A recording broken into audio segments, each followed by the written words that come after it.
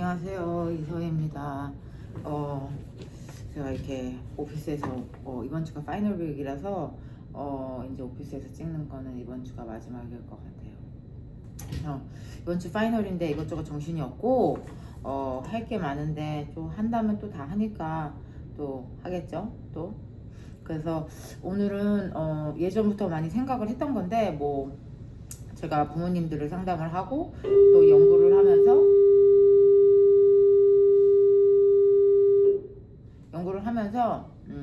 뭐 운동을 시키세요, 뭐 이것저것 하세요 이렇게 하면은 부모님들이 가장 하는 말이 뭐 우리 아이들이 말을 안 듣는다, 문제 행동이기 때문에 이것저것 할 수가 없다. 뭐 선생님들도 마찬가지예요.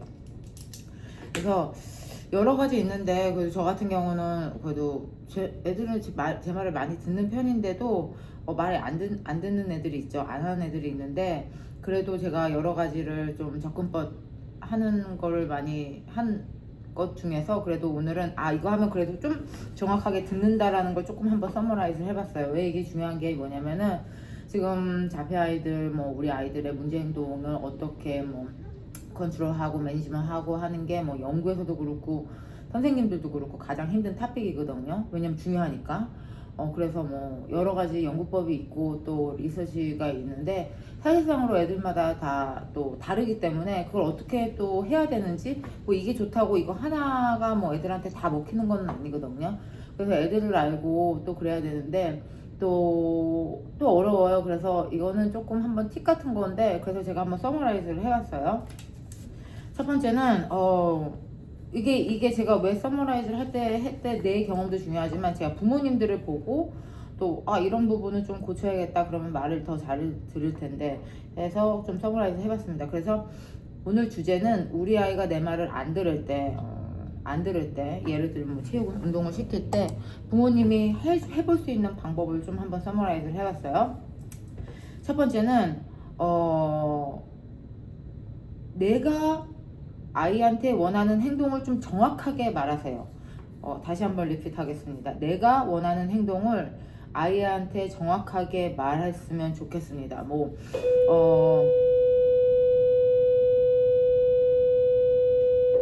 이거 왜 그런지 모르겠어요. 이거 벨이. 대부분의, 그래서 한 번 더 리핏 하겠어요. 내가 원하는 행동을 아이한테 정확하게 전달을 하기. 무엇을 의도를 할 때.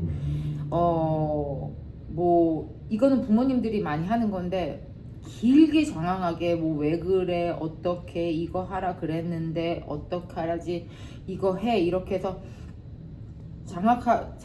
장황하게 얘기를 하는 것보다도 내가 아이한테 원하는 걸 좀 정확하게 좀 인지 가능하게 그만해, 그 다음에 뭐 손 내려, 그건 나쁜 행동이야, 그 다음에 너 이거 해, 이거를 좀 정확하게 하는 행동을 좀 눈을 보면서 좀 전달하는 버릇을 했으면 좋겠어요. 뭐 저는 선생님이니까 또 부모님이랑 또 다른 입장일 수 있는데 부모님이 그래도 아이들한테 뭐 원하는 거를 시키는 경우가 더 많잖아요. 그래서 이 방법은 좀 되게 이펙티브한 것 같아요. 그래서 이건 부모님 보고도 제가 많이 느낀 건데 아이들한테 무엇을 대화를 할 때 뭐 이렇게 장황하게 얘기하는 것보다 조금 그 아이한테 의자에 앉아, 그 다음에 뭐 신발을 신어, 뭐 운동장 2바퀴를 걷다 이렇게 좀 하는 거지 이렇게 좀 장황하게 얘기하는 게 좀 좋은 것 같지 않아요. 그래서 아이들한테 무엇을 원하고 그것을 수행할 때 조금 짧고 그걸 분명하게 전달하는 경우가 되게 중요한 것 같아요. 그래서 부모님들이 아이들한테 막 플리즈 하는 경우가 있는데 미국말로 플리즈 한다는 경우는 막 해줘 막 이렇게 하면은 아이들도 다 알거든요. 그래서 부모님들이 아이들한테 플리즈 뭐 can you do 이런 것보다도 조금 내가 아이한테 원하는 거를 좀 단호하고 눈을 보고 해서 좀 얘기를 하는 게 중요한 것 같습니다. 부모님들이 아이들이 장애가 있다고 하지만 다 알아듣거든요. 이 말은 들어야겠고 또 다 알잖아요. 부모님들 알다시피 뭐 엄마 말 잘 듣고 아빠 말 잘 듣고 선생님 말 잘 듣고 뭐 그런 게 다 다르니까 내가 원하는 행동을 아이한테 좀 정확하게 얘기해 줄 필요성이 있는 것 같아요. 두 번째는 제가 스태프들도 보고 부모님들도 보면서 얘기를 했는데 하나에 하나씩만 말했으면 좋겠어요. 제발 하나에 하나씩 아이들이 저기 있는데 뭐 아이들이 어쩌고 저쩌고 이거 해서 지시를 뭐 가방에서 뭐 물 챙겨 뭐 이것을 주워서 던져 이렇게 하는 것보다도 이렇게 좀 단어를 나눠서 하나에 하나씩 뭐 예를 들자면은 무슨 우리가 던지기를 하면 공을 집어서 나한테 던져 그 다음에 뭐 10번 해 뭐 이런 거를 조금 하나에 하나씩 말하지 장황하게 뭐 이거 해 저거 해를 이렇게 막 연결하고 이렇게 쭉 늘어지게 하면 아이들이 다시 한번 강조를 하겠지만 뭐를 해야 되지? 그렇게 할 수 있는 경우가 있기 때문에 조금 무엇을 할 때 좀 하나씩만 하는 게 중요한 것 같아요. 그래서 저 같은 경우는 이걸 좀 잘하고 제가 하는 티칭 메타로지 중에서 이건 진짜 중요하다고 항상 생각하고 스태프한테도 항상 얘기를 하는 거거든요. 아이한테 학생들한테 뭐를 원할 때는 하나에 하나씩만 하면 좋은 것 같습니다. 그래서 부모님들도 아이들한테 무엇을 할 때 여러 가지를 한꺼번에 전달한다는 생각을 버리시고 하나에 하나씩만 전달한다는 생각을 가졌으면 좋겠어요. 그 다음에 세 번째로는 이건 제 방법인데 제가 자주 사용하는 방법이거든요. 근데 이게 저한테는 중요하고 아이들한테도 중요한 거예요. 숫자로 아이들을 좀 무엇에 태스크를 줄 때, 숙제를 줄 때 숫자로 얘기하는 방법을 좀 저는 되게 많이 사용을 해요. 그래서 예를 들자면은 가서 뭐 이것을 프랙티스를 해 이것보다도 이것을 연습을 하고 해 이렇게 하지 말고 자 오늘은 선생님이랑 30번 주고받기를 하자. 그래서 할 때마다 번호를 새기는 거예요. 이렇게 한 번, 두 번, 세 번, 네 번. 아이들이 숫자도 알잖아요. 그래서 그 다음에 20번 던지고 한 번씩 애들이 알거든요. 그 다음에 15번 연습하고 뭐 2분 휴식하는 거야. 이거 애들이 알거든요. 그렇기 때문에 숫자로 연습을 해야지 대체적으로 뭐 가서 연습을 해. 저는 그래서 애들한테 뭘 가르칠 때도 가서 이거 프랙티스 하는 게 뭐 하지 말고 한 20번 던지기 왔다 갔다 왕복으로 한 다음에 1분 휴식 그 다음에 다시 하라고 얘기를 하거든요. 그렇게 하는 이유가 뭐 스태프들도 가서 연습을 해 그러면 안 하는 경우도 많고 그 다음에 아이들도 인지를 하거든요. 그냥 대충 하면 뭐 연습량이 마치겠거니 하는데 항상 할 때 한 3번 연습을 하자. 그 다음에 공 던지기 20번을 하자. 뭐 걷기를 하면 30분. 그 다음에 이렇게 시간을 보여주는 것도 중요해요. 아이들이 알거든요. 아이들이 난버블 있는 아이들도 이렇게 시간을 보면은 35분이 알거든요. 그렇게 하기 때문에 제 말을 믿으시고 자전거 같은 걸 할 때 뭐 여기서부터 저까지 가고 10분 휴식 그 다음에 30번 하고 뭐 1분 쉬기 그 다음에 뭐 이렇게 해야지 단순히 뭐 오늘은 걷기 하자 뭐 오늘은 달리기를 하자 오늘은 프랙티스 드리블링 프랙티스 캐칭 이런 것보다도 숫자에 포커스를 하면 아이들이 골 오리엔티드가 있잖아요. 아이들도 알기 때문에 15번 그 애들이 알아요. 30번 했어. 그 how many you did? 그러면은 애들이 알거든요. I did 20. 그렇기 때문에 30번 하고 쉬고 또 하고 이렇게 하는 거를 저가 많이 이용하는데 뭐 다른 선생님들은 어떠실지 모르겠어요. 그래서 단순히 연습을 이만큼 해 이런 것보다도 딱 이렇게 나눠가지고 10번 하고 쉬고 20번 하고 쉬고 뭐 이렇게 하는 방법론이 저한테는 맞더라고요. 그래서 부모님도 한번 숫자로 모든 거를 조금 아이들한테 욕을 할 때 한번 사용해 보시면은 really effective. 한번 해보셨으면 좋겠습니다.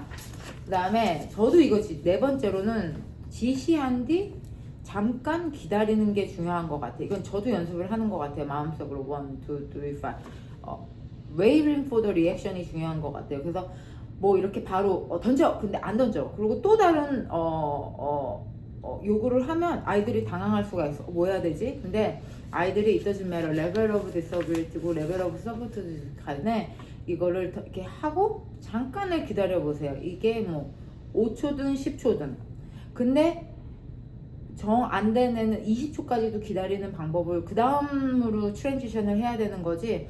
뭐 던져 그러고 바로 안 하네 그러고 또 다른 태스크를 하는 것보다도 선생님한테 던져 그러고 속으로 1, 2, 3, 4, 5 이렇게 좀 기다리는 연습을 저는 지금도 하거든요. 그래서 부모님들도 뭐 30초까지 기다리면 다 성질이 급하니까 바로바로 하려고 그러는데 뭐를 시키고 이걸 하고 나서 1, 2, 3, 4, 5 정도를 기다리는 게 중요한 것 같아요. 그래서 장애가 심한 애들도 자폐 애들이나 장애가 심한 애들, 그리고 휠체어고 피지컬 디서빌리티고 있잖아요. 뭐 내성마비 아이들도 있고 뭐 한데 뭐 하고서 내성마비 아이들이 좋죠. 휠체어에 있는 아이들 같은 경우는 몸이 인지는 되는데 몸이 리액션 이렇게 그걸 하는 데는 조금 오랜 시간이 걸려요. 그래서 저도 그걸 많이 배우고 있거든요.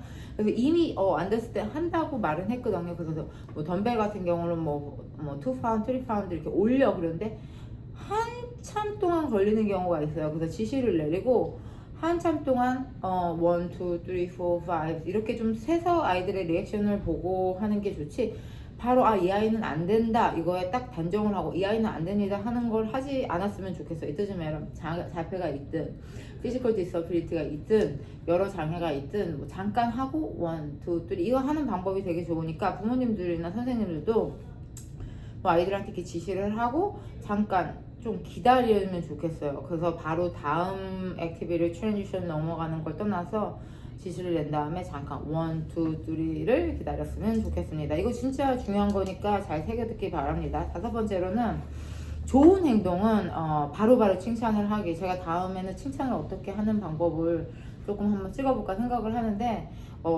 칭찬, 좋은 행동은 바로바로 칭찬한다. 이건 항상 옛날에 제가 대학교에서 아이들한테도 대학생 애들한테도 항상 이걸 강조를 많이 했는데 뭐 아이들이 지금 좋은 행동을 했어요. 그러면은 뭐 내일이나 뭐 어저께 you did your best, 뭐 you did really good job yesterday 그러면은 too late.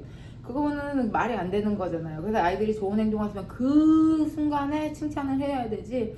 아이들이 이걸 했어요. 그러면은 at the end of the school day 때 너 이거 해서 너무 I feel 그렇게 하면은 소용이 없거든요. 스페셜리 우리 아이들한테는.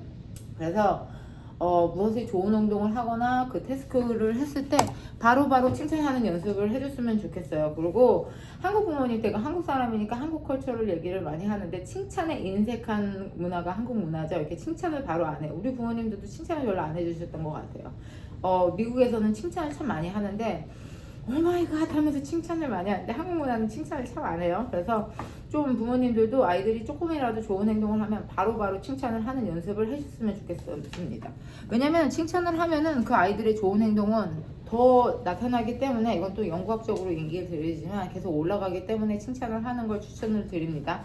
그 다음에 크게 칭찬하기. 제가 이거를 조금 많이 제 자신도 연습을 하는 거예요. 그래서 뭐 잘했다, 엑셀런트 이런 것보다도 저도 이렇게 크게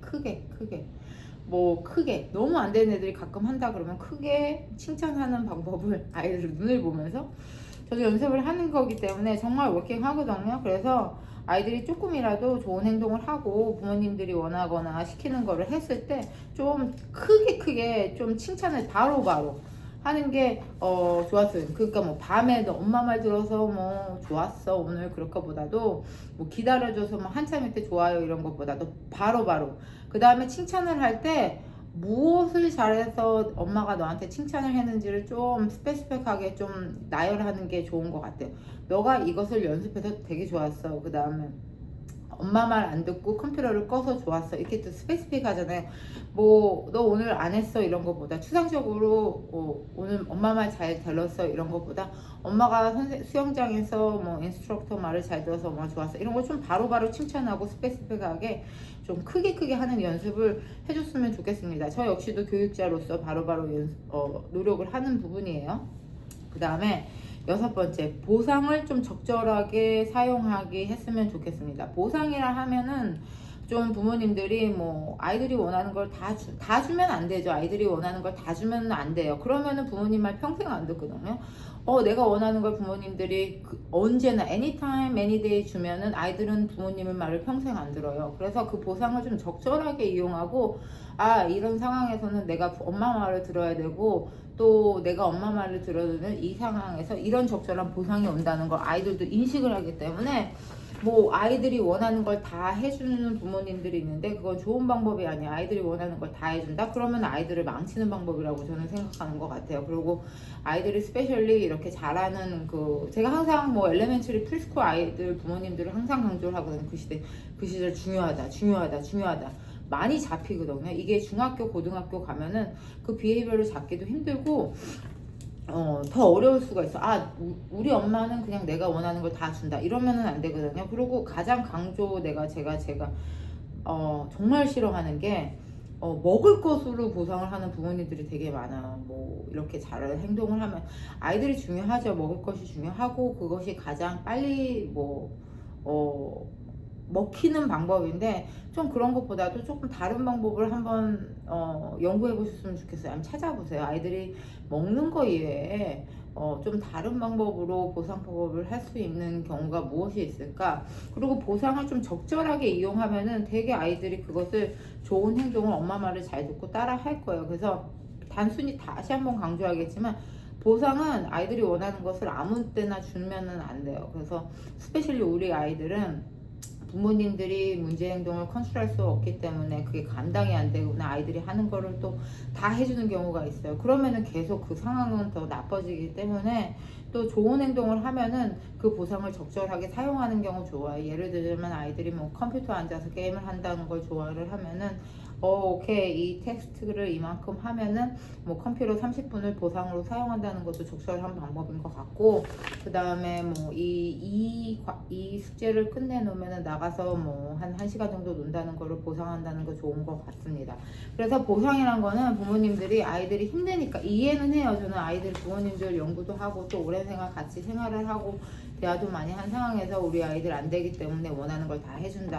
근데 원하는 거를 해주면은 아이들이 좋아지지가 않아요. 그리고 아이들이 제가 항상 강조하겠지만 아이들이 그렇게 뭐 다 알거든요. 그래서 우리 부모님들은 내가 원하는 걸 다 가질 수 있다. 다 알기 때문에 스페셜리 학교에서는 안 울다가 집에 가서는 울어서 떼써서 얻는 경우가 부모님들이 더 아시잖아요. 그래서 좋은 행동을 하면은 조금 이 보상이 온다는 걸 아이한테 인지하고 교육을 시켜서 조금 했으면 좋겠습니다. 그래서 제가 오늘 말이 빨라졌네요. 지금 미팅이 있어가지고 준비를 해와가지고 제가 말이 빨랐네요. 그래서 오늘은 제가 연구를 하면서 그래도 저는 연구는 한국도 하고 미국에서도 했어요. 부모님들 상대로.